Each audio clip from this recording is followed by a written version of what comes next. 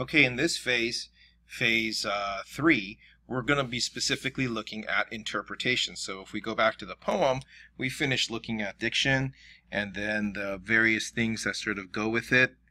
We're going to, imagery, we've got some specific words that help create an image, like colors and stuff. We're going to talk about illusions and sounds, how these things, these things actually feed in. Interpretation helps with these things here. Okay, sounds, we didn't look at sounds so much. If you wanted to look at specific sounds of the words or the syllables, that's good too. That can help you. We did, however, go into a lot of depth about the patterns. And what we're gonna go into now is talking about how these observations then create meaning for the poem, or why are these things that we notice significant. So so we come back to this, what we're working on here, where we have our observations, and now we're going to interpret them and sort of see where they kind of take us. I'm going to use a different color here. I'm going to use red to contrast it.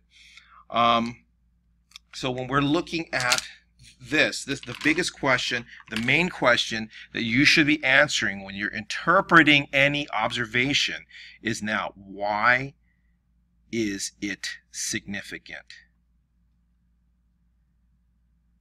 And you're going to hear me use this word a lot. Whatever the observation is, that's your observation. Why is it significant? And the word significant has the word sign in it, or signifier. It means that, what is it pointing to? What deeper meaning could it be pointing to? It's all interpretation at this point, so it's subjective to you. If we look at the first set of things we're looking at here, if I just take the first one, hymn style, that there's 3 stanzas that are written in the style, in the quatrain. The stanzas are in the quatrain style of like hymns. What could that mean, right? So specifically, that this thing here, we're looking at, what does it point to? It points that this is possibly a religious thing. This, based off of the video, based off of the reading itself, that this could be like a religious poem.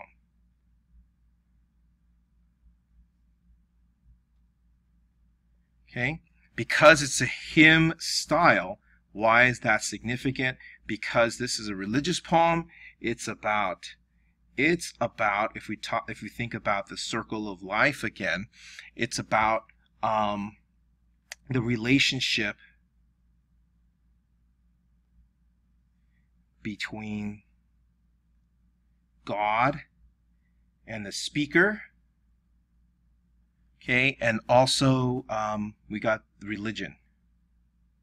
So in there must be some sort of poem that's sort of talking about the relationship between God, speaker, and poem, and that's from just the stanzas. Okay, now what it says about God, speaker, and religion, we could look at it based off of the text itself. Okay, that it can be from the summary of the text plus specific nitpicky words that we've already picked out, and what could it add to the meaning. So just by the stanza style, we get that. The rhyme scheme here, the pattern that we see, why is that significant? We notice that this is a very typical one. So the A, B, C, B is a typical hymn style. Okay, and if you don't know that, then you got to look at some more hymns in order to do that, because that is a connotation that you've got to kind of understand coming into it. Now, if you aren't aware of that, then you're just going to have to learn and read more and keep your eyes open as you're going about through life, and you might notice these patterns in life. Now, if the audience that he's writing to may be, and most likely are familiar with singing hymns in church, so this will automatically pop. And they'll think, well, this is like a hymn, all right? But somehow, the pattern continues in the first 2 stanzas, and the second stanza, which is D, E, F, E, kind of is typical. But the last stanza where it seems like he's really trying to hit home with his message, the last stanza, well, that one there's no rhyme. It's broken. Rhyme is broken.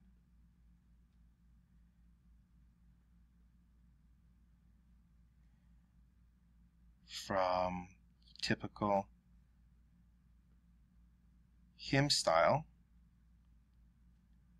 So why is that significant? It may contribute to the argument that the relationship is broken. Okay, so why is this relationship?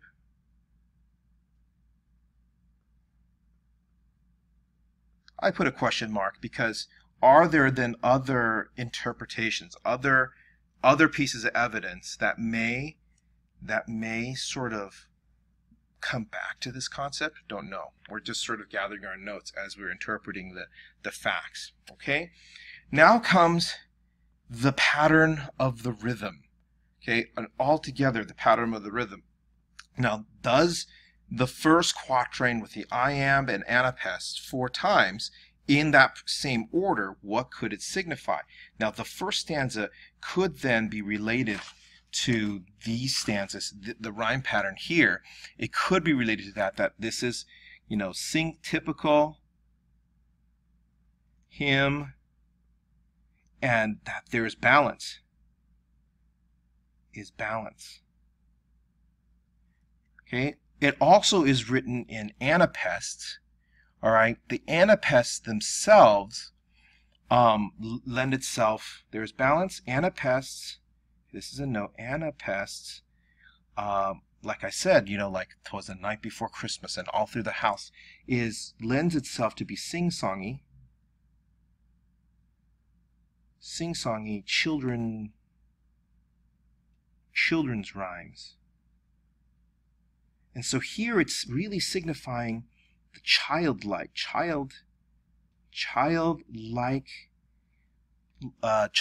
beliefs. Okay, childlike outlook. Okay, it's really revealing that.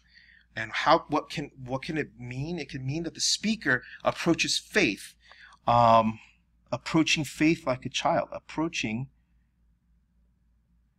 religion. And now we're interpreting, so we can add interpretations to it. We're approaching religion as a child. Okay, and that place, the garden of love, as a place to play. All right, we'll talk about that in a second. So approaching religion as a child or childlike manner. Okay, approaching religion, or if we say here, approaching God, then in a child or childlike manner. And that's what the anapests are revealing, that this is kind of childlike. And if you even want to go further and say, when we look at the word I am and we spell it with an I that looks like that, it even looks like the word lamb, which has a connotation to it. If you want to jump off the deep end, all right, that the word lamb is a symbol straight out of Jesus or God. All right, and that's going to be significant because this is a Christian-esque poem, or at least it's written in an environment where the people are Christian. So that kind of symbol would mean something. Now the second quatrains, as we're looking at it, looks like it's sing-songy. Okay, so the approach is childlike altogether. All right, but in the second and fourth stanzas, something is up. All right, so the iamb itself, lends itself to, when we read other poems like Shakespeare, or Shakespearean works like tragedies or comedies, or if we read any of the classical poems that are out there, we read the Odyssey or the Iliad, that the iamb lends itself to serious poems versus the anapest is for like happy-go-lucky. So the iamb is a serious meter or pattern. And when we look at the way that the quatrain is set up, 3 anapests, childlike approach, and then you're slammed with 3 iambs and then an anapest. So that in the line here, line number 6, and thou shalt not writ over the door, the seriousness of this, the sourness of that versus the chapel, all right, that he is the child, or the speaker is just sort of skipping up to the chapel door and is approaching it childlike, but the door is shut, and that there's the serious thou shalt not slammed over there in front of the door.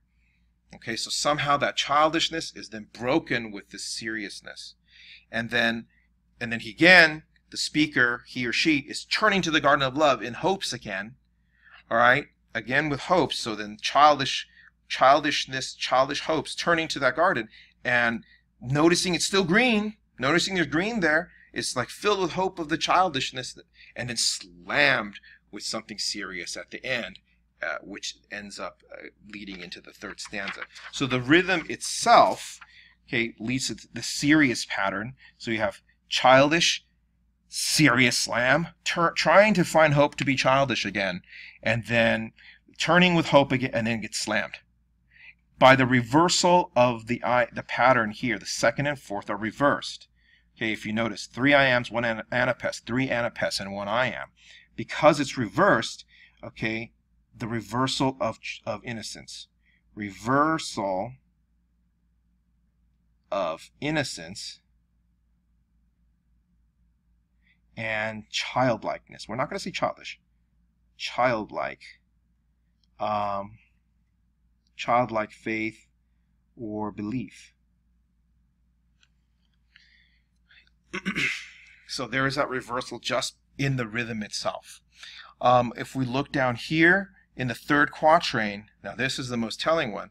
It goes from this orderly childlikeness to this childlike the child trying to survive, all right, and then getting slammed with thou shalt nots, and then finally it leads to the childhood being kind of dead, all right, the childlikeness being killed.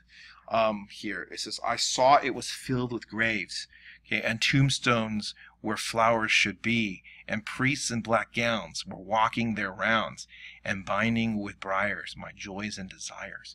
Okay, the rhythm itself, why is that significant? Notice 2 anapes and iam, and then 1 iam and 2 anapes. Okay, that's the first 2 lines. There's a struggle. There's a fight. Okay, the rhythm reveals a fight between childlike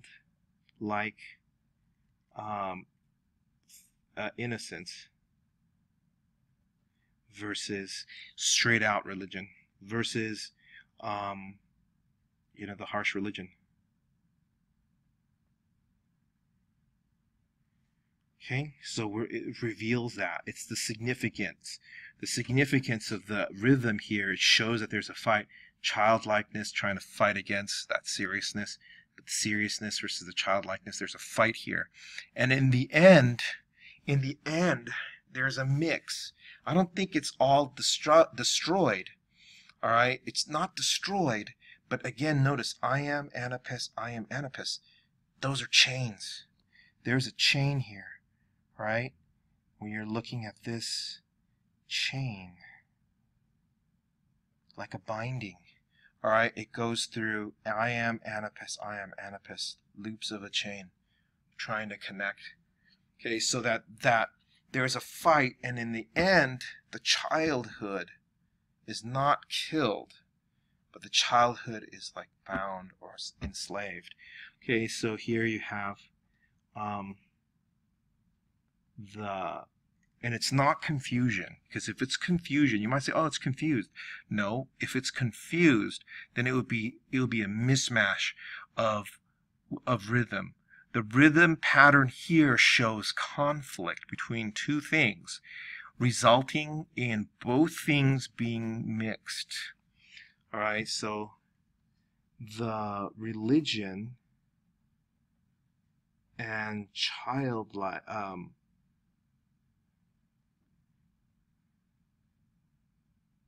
is mixed, or you can say the religion, and the word that it uses is binds, ties up. Okay, ties up the childlike nature. At the end, it's kind of a death of innocence here. Not necessarily the death of innocence, but the enslavement of innocence in this. that the innocent approach to the garden of love is to play.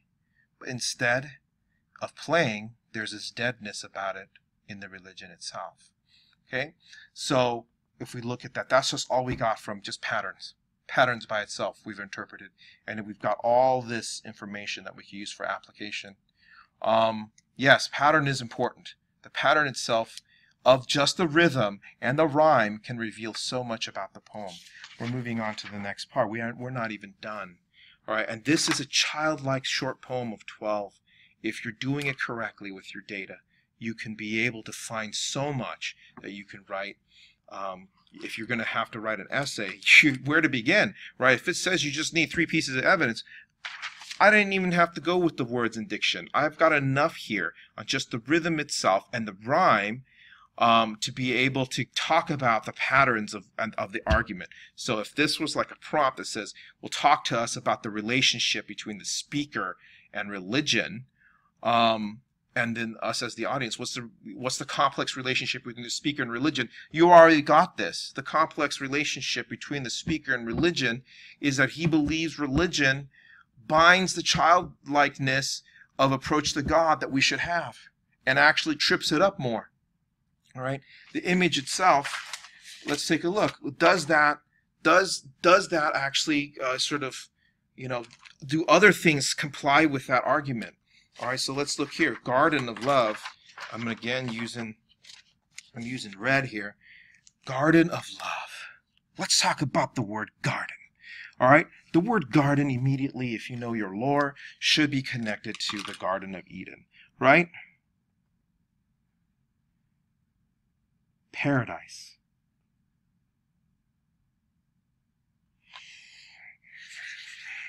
Okay, paradise. That's the Garden of Eden, paradise. And we have the word love here. The word love in the poem itself is capitalized. Okay, what is that?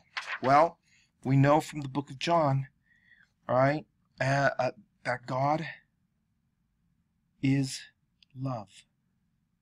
Okay, that concept. That's from the book of John. All right, we can look for the specific verse if we want to. I'll look it up right now. Okay, you could just, that's from 1 John. Okay, so this is the first epistle of St. John. Okay, chapter 4, 7 to 21. Okay, it's going to say God is love. So here, this is the paradise of God. All right, that this imagery is trying to come up with. That's in the title. That's in the first line. That's in line 7. Okay, when we're talking about the garden. Okay, why is this significant? Well, it's significant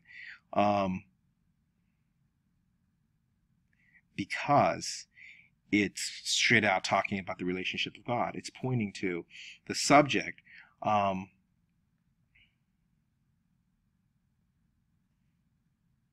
Something wrong with religion. Okay? That's what the argument that Blake is trying to make. With religion. You got the chapel here. The Garden of Love then is replaced by the chapel. And if we look at the chapel itself, the connotations of it, chapel is a church. Okay? But it's not a garden. Okay, it's not a garden. Okay, it is artificial, usually made of stone.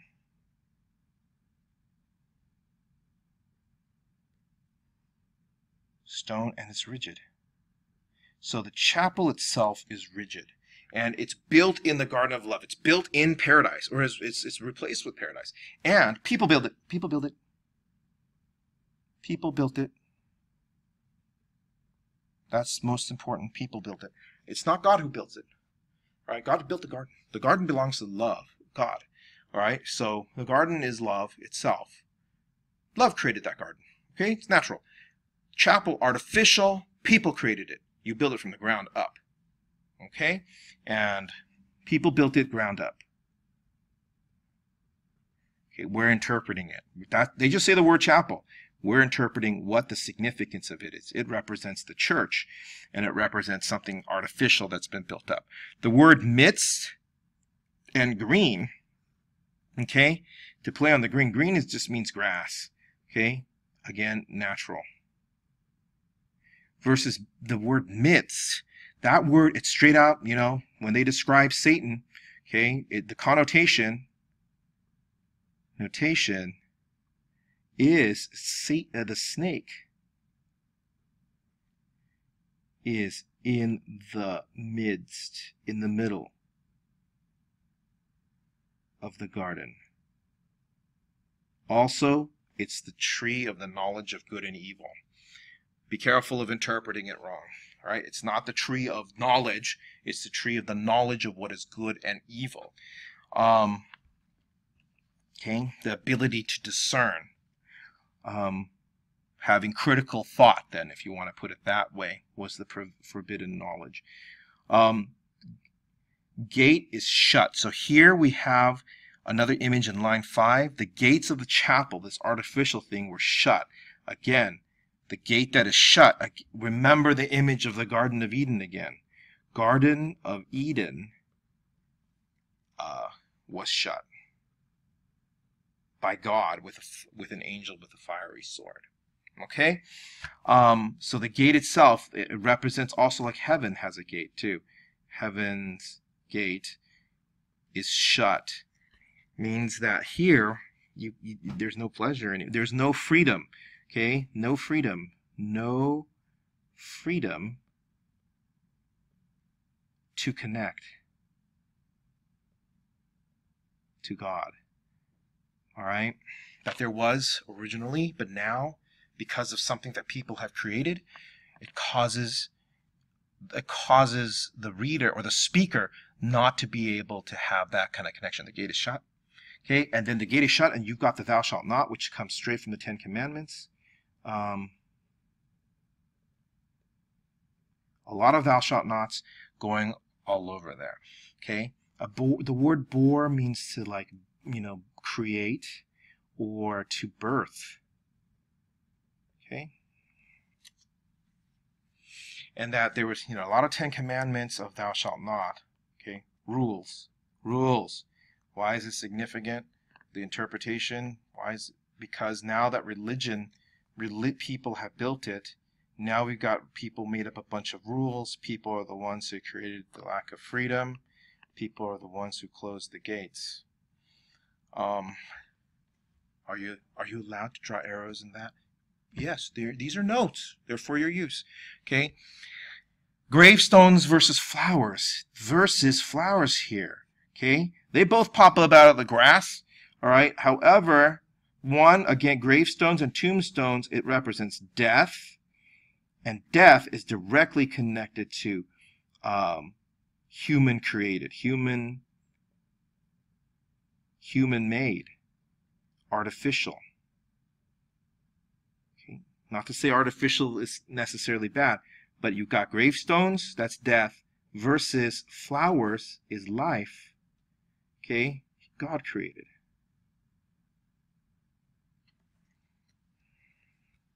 Where there were flowers that God had created, humans created gravestones, death. All right? That instead of a garden to play in, you've got now a church with doors closed, and with this harshness of thou shalt not all written all over it. Freedom versus imprisonment. Okay? So you have the two things that you got: freedom, imprisonment. Okay, so why is it significant? It's revealing these things. And of course, then the imagery of priests in black robes walking their rounds. So why is it significant? It seems like humans, okay, human priests, okay, instead of love now, in black, we have the color black in black, which is sober. It's a sober color. It's a serious color. It's also the color that we in Western culture attribute to death. In Eastern culture, it's white, by the way. So death walks around, guards it. So it's guarded not by angels, it's guarded by human representatives of death. All right? To surround it. It's not God that's preventing you, it's the humans that are there. And then in the end, you have briars binding joyful desires. Okay, if the joyful desire represents God, all right, then the binding is slavery or chaining or restricting. Okay, that's binding. Okay, the briars here. Let's talk about this imagery here. Briars. Okay. Briars are like, they're spiky little plants. But if you remember the connotation of the word, if you paid attention to our second reading of the book of Mark, all right, when we look at briars, okay, I'm looking it up.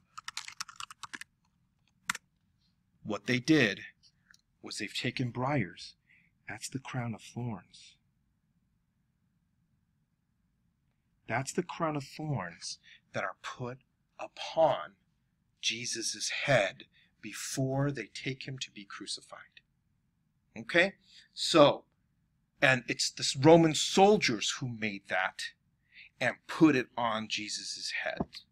Roman soldiers. Okay? So Roman soldiers. And when we look at this then, okay, in this poem itself, it's talking about restricting, and it says binding with briars, my joys and desires. So if the joys and desires of the person's talk, he's going to the Garden of Love to play. He's going to go and try to talk to God and be with God. Instead, he's bound by the briars, by the crown of thorns that the people used to put on Jesus, who is God in the story, all right, in the Jesus stories, in the Gospels, all right. When you know the Bible stories, the claim in the Bible stories is Jesus is God, that they use the briars to put in Christianity. That's what they believe. They put the briars on God's head, all right. And so here the briars are then tying up God and him, and keeping him and the speaker or her from God, or at least crippling it and turning it into like kind of a prison. So it's something that the people again have made. Again, it's people made this, use that to bind up God. Okay, using the crown. So when we look at this, a simple argument that may come out of this when we do the application is like, that's like, what, now that we've looked at why these images are significant or important, or what are they pointing to, the next stage, which is application. I thank you for paying attention. It's a long one, this video. The next stage is then to look at what kind of theses can we then from this interpretation create, all right, based off of this. Yeah, the image itself gives you this. The meter itself lends it to it as well. So everything is pointing to some sort of argument that we can sort of create or get, that there's some message and experience that Blake is trying to get to us. All right, thank you.